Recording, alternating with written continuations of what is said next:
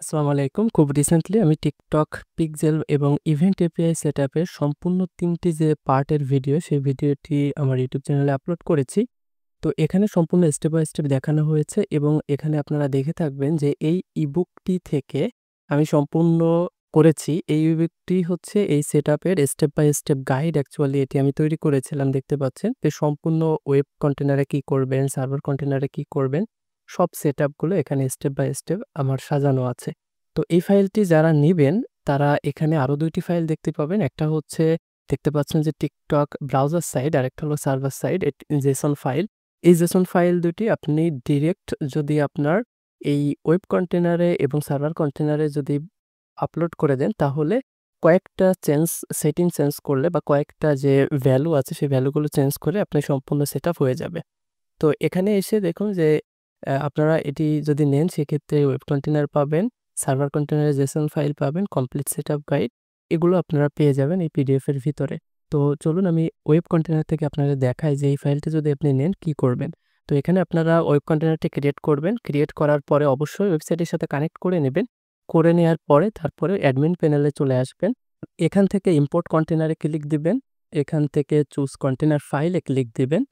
এরপরে আপনারা ওই ফাইলের ভিতরে দেখতে পাবেন যে ব্রাউজার সাইডের জন্য একটি জেসন ফাইল। তো এটি সিলেক্ট করে ওপেন করে দিবেন। তাহলে সকল ট্যাগ ট্রিগার ভেরিয়েবলগুলো লোড হয়ে যাবে দেখতে পাচ্ছেন। তো এখান থেকে অ্যাড টু ওয়ার্ক স্পেসে ক্লিক দিয়ে দিবেন। তাহলে আপনি যে জেসন ফাইলের ভিতরে যে সকল ডেটা ছিল সবকিছু কিন্তু এখানে লোড হয়ে গেছে। আমি যদি ট্যাগ সেকশনে যাই দেখুন সকল ট্যাগগুলো কিন্তু এখানে লোড হয়ে গিয়েছে। ট্রিগার সেকশনে যাই, ট্রিগার কি ট্রিগার তৈরি করা আছে সেগুলো দেখতে পাচ্ছেন লোড হয়ে গিয়েছে। এখন ভেরিয়েবল সেকশনে যদি যাই, ভেরিয়েবল সেকশনে ছোট্ট একটু চেঞ্জ করতে হবে আপনাদেরকে। যে এখানে এসে আপনারা এই যে মেজারমেন্ট আইডিটি রয়েছে, আপনাদের GA4 এর যে মেজারমেন্ট আইডিটি, সেই মেজারমেন্ট আইডিটি এখানে বসিয়ে দেবেন। এরপরে সার্ভার ইউআরএলটি আপনারা স্টেপে অ্যাকাউন্ট করার পরে যে ইউআরএল পাবেন বা কাস্টম ডোমেইন আপনি যদি সেট করেন, সেই কাস্টম ডোমেইনের ইউআরএলটি এখানে বসিয়ে দেবেন। এরপরে নিচে চলে এসে দেখতে পাবেন যে TikTok Pixel আইডি। তো এই আইডিটিও আপনারা TikTok ইভেন্ট ম্যানেজার থেকে আপনাদের জন্য যেটা, সেটি এখানে বসিয়ে দিলে কিন্তু আপনার সম্পূর্ণ ওয়েব কন্টেনারের সেটআপ কমপ্লিট হয়ে যাবে। এখন সার্ভার সাইডে চলে আসবেন। সার্ভার সাইডের জন্য অবশ্যই আপনার স্টেপে অ্যাকাউন্ট করতে হবে এবং আপনার যে ইউআরএলটি সর্বপ্রথম আপনারা ইউআরএলটি বসিয়ে নেবেন। অ্যাডমিন প্যানেলে চলে আসবেন। অ্যাডমিন প্যানেলে আসার পর কন্টেনার সেটিংয়ে ক্লিক দিবেন। ক্লিক দেওয়ার পর এখানে দেখতে পাচ্ছেন যে অ্যাড ইউআরএল। তো এই ইউআরএলটি আপনার স্টেপের যে ইউআরএলটি বা আপনি যদি কাস্টম ডোমেইন সেটআপ করেন সেই কাস্টম ডোমেইনের ইউআরএলটি এখানে দিয়ে দিবেন, দিয়ে সেভ করে দিবেন। এটা গেল প্রথম স্টেপ সার্ভার সাইডের ক্ষেত্রে এবং দ্বিতীয় স্টেপের ক্ষেত্রে আপনারা সার্ভার সাইডের যে জেসন ফাইল সেই জেসন ফাইলটি আপলোড করে দেবেন। তো আমি এখান থেকে আপলোড করে দিই জেসন ফাইলটা। তো এটি হচ্ছে জেসন ফাইল। তো আপলোড করার পর ঠিক একই রকমভাবে আপনার সকল ট্যাগ ট্রিগার ভেরিয়েবলগুলো এখানে লোড হয়ে যাবে। অ্যাড টু ওয়ার্ক স্পেসে ক্লিক দিচ্ছি। তো সকল ডেটাগুলো কিন্তু আমার ওয়ার্ক স্পেসে চলে এসেছে। আমি যদি ট্যাগ সেকশনে যাই দেখতে পাবেন যে সার্ভার সাইডের সকল যে ই-কমার্সের ইভেন্টগুলো সেগুলো এখানে চলে এসেছে। ট্রিগারের ক্ষেত্রেও কিন্তু আলাদা, আলাদা ট্রিগার এখানে ক্রিয়েট করা আছে। এবং এখানে দেখুন যে ভেরিয়েবল সেকশনে আপনাদের পরিবর্তন করতে হবে যেমনটা দেখালাম ওয়েব কন্টেনারের ক্ষেত্রে।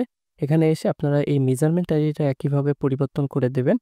এরপরে এসে আপনার অ্যাক্সেস টোকেনটা ইভেন্ট ম্যানেজারে আমি যেমনটা ৩ নাম্বার ভিডিওতে দেখিয়েছি যে কোথায় আপনার অ্যাক্সেস টোকেনটা পাবেন, সেই অ্যাক্সেস টোকেনটা এখানে পরিবর্তন করে দেবেন। এবং এখানে দেখতে পাচ্ছেন যে পিক্সেল আইডি এবং টেস্ট ইভেন্ট আইডি।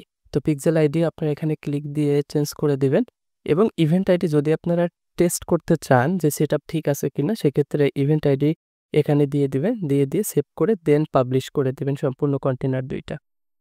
পাবলিশ করে দিলে আপনার সম্পূর্ণ সেটআপ কিন্তু ডান হয়ে যাবে। এটি হচ্ছে ওয়ার্ডপ্রেসের জন্য এটি তৈরি করা। তো আপনারা যদি কাস্টম ওয়েবসাইটের জন্য করেন সেক্ষেত্রে আপনারা এই জেসন ফাইলটি মেবি ইউজ করতে পারবেন না, কারণ ওইটার ডেটা লেয়ার আলাদা, আলাদা হয়ে থাকে। তো এই ছিল যে সম্পূর্ণ সেটআপ যে এই পিডিএফ সহ এই ফাইলটি যদি আপনারা নেন সেক্ষেত্রে কি সুবিধা পাবেন বা কিভাবে এই ফাইল ২টা আপলোড করবেন। তো এই লিঙ্কটি আমি ভিডিও ডেসক্রিপশন বক্সে এবং আমার যে আরও যে ৩টা ভিডিও রয়েছে এই ভিডিও ডেসক্রিপশন বক্সেও পেয়ে যাবেন।